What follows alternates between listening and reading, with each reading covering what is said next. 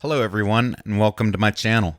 Today I will be unboxing and bench mounting a Park Tool WH-1 wheel holder that I have purchased from Amazon for about $100, which I will post the link in the description below.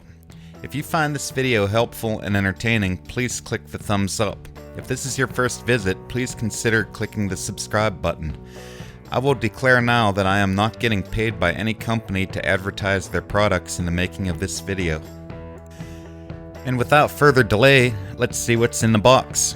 So we got the wheel holder, and it looks like the axle shaft that you tighten into the holder itself, along with two bushings for various axle bore sizes.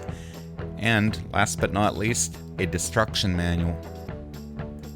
I was going to try to build one of these myself, but it definitely would not have been this nice and shiny, and undoubtedly it would have probably cost more than $100 in the long run. With this unit, you can mount a wheel horizontal, vertical, or at an angle depending on what your wheel holding needs happen to be at the time of use. So looking at the instruction manual, there are three ways that you can mount this thing. C-clamping it to the bench, locking it in the vise, or bolting it right to the bench, which is what we are going to do today. When choosing a spot to mount the WH-1, make sure that you have enough clearance for the largest diameter of wheel that you can foresee mounting to this device. Take half the wheel diameter and make sure that it is at least that distance from a wall, bench vise, or other interfering object. So I am going to take my center punch and mark the 4 holes. I have a steel bench, so I am going to use some 3/8 bolts. Depending on your bench, you may or may not want to use bolts versus lag screws or whatever if you have a wooden bench.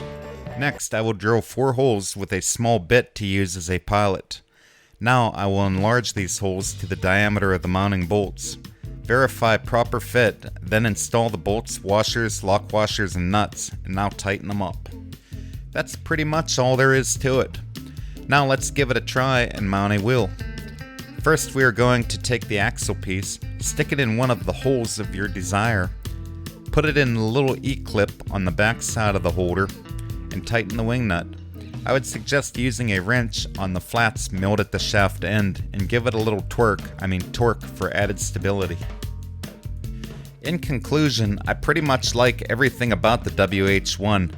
It can save a lot of frustration, aggravation, and bullshit from doing wheel maintenance on a bench top without this. Plus, it could prevent damage to rims and rotors.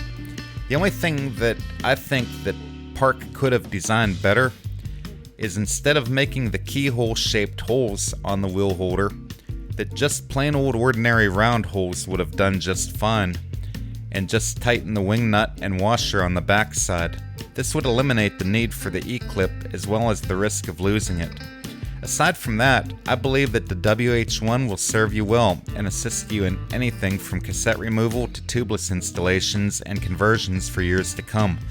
I definitely give this unit a thumbs up. I hope you found this video helpful and entertaining.